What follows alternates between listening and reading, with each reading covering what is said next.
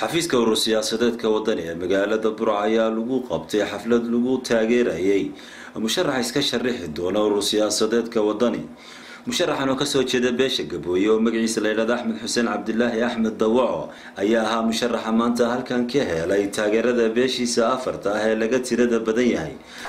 labaad waxaan aad iyo aad u hambalyeeyaa shicibweynaha gobolka Togdheer ee ugu baraarujiyay inaan maanta xil aan xaq u leeyahay doonto garabna igu siiyay hiil iyo hooba waxaan kaloo mahad u dirayaa xusbiga wadani gudoomiyaha Cabdiraxmaan Cibro waxaan halkan xusbiga wadani oo nadaneeyay haddaan nahay beelaha Gabooye ee ka kooban afarta waayo markuu nadaneeyay xusbiga wadani ayaan anaguna waxaan garanay inaan danayno codkayga meel weyn joogo aan ugu shubno xusbiga wadani sidoo danayaan sidoo kale mas'uuliyiinta urur siyaasadeedka wadani ee gobolka Togdheer ayaa dhinacooda soo dhaweeyay musharaxa golaha deegaanka ee beesha Gabooye mudane Axmed Xuseen Cabdilaahi Axmed Dawaco waxayna ballan qaadeen inay taageero buuxda siin doonaan musharaxaasi haday yihiin mas'uuliyiinta urur siyaasadeedka wadani saddexaad waxaan salaamayaa afarta beelaha ka tirsan afarta beelood ee Gabooye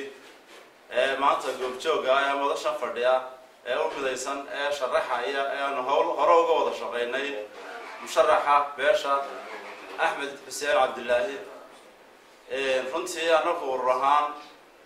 waxaanu hore u ballan qaadnay inaan Axmed la shaqeyn doono saanu ka wada shaqeynaynay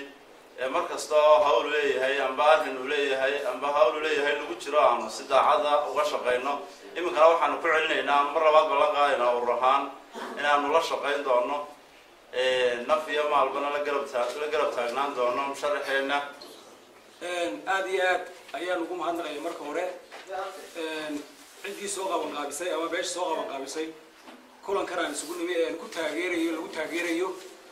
Axmed Xuseen Cabdilaahi oo ah musharax ka sharaxan ama ay soo sharaxeen beesha Gabooye ee degan ama ku dhaqan gobolka Togdheer beelaha Gabooye ku dhaqan gobolka Togdheer oo hore u bixiyay iyagu taageeradiisii iyo isaga keeneen in maanta halkan munaasabadiisii mar labaad iyagu ku taageeraya codkooda iyo arrinkooda iyo adduunkooda iyo ku taageerayeen mar labaad halkan maanta isugu nimi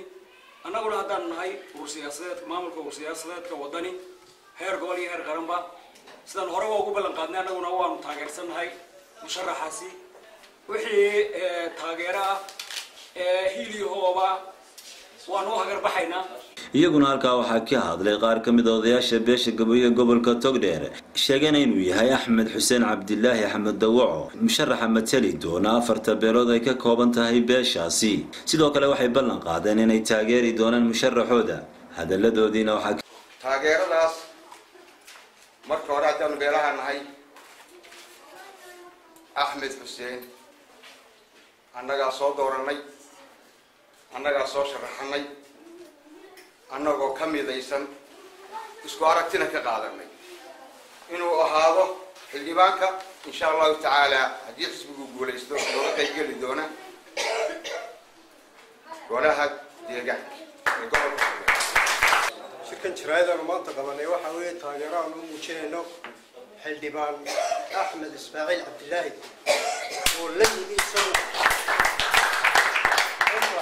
anka leebi annaguna waan ku taageeraynaa naf iyo maal iyo muruq iyo maskaxba waan ku taageeraynaa Cabdi Maalik Muuse